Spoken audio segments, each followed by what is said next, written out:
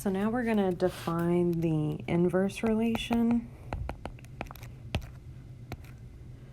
So if R is a relation from a set A to a set B, then the inverse relation of R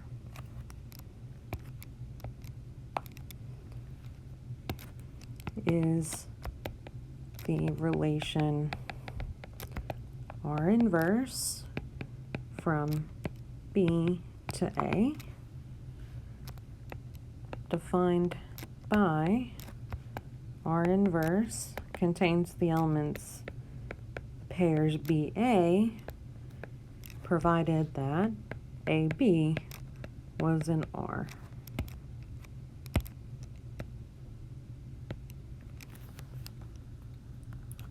So what you're doing is you're flipping your coordinates, which means your relation now is going from B to A instead of A to B.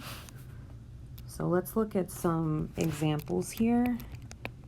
And I want us to just look back at examples we've talked about in our previous videos. So let's revisit this example. A was XYZ, B was 1, 2, and we said R is the set X2, Y1, and Y2.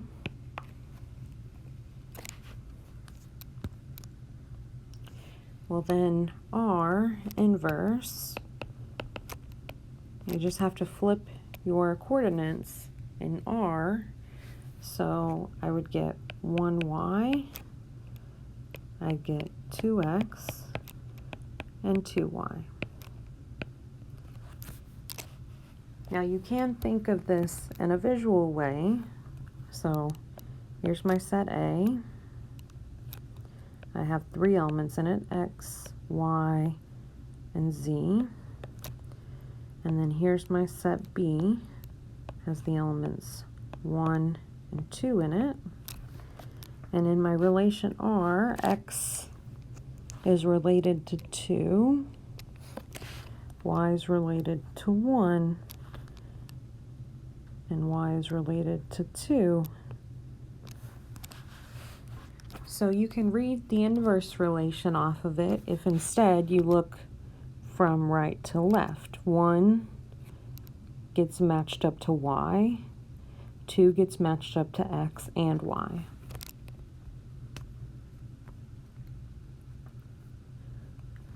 And if we revisit our second example, which was really our first, our relation from the set P to the set C, think about what R inverse would mean. R inverse, what would it mean? Well, now you're switching the role of parent and child, so child would come first. So take some of the examples we did back there.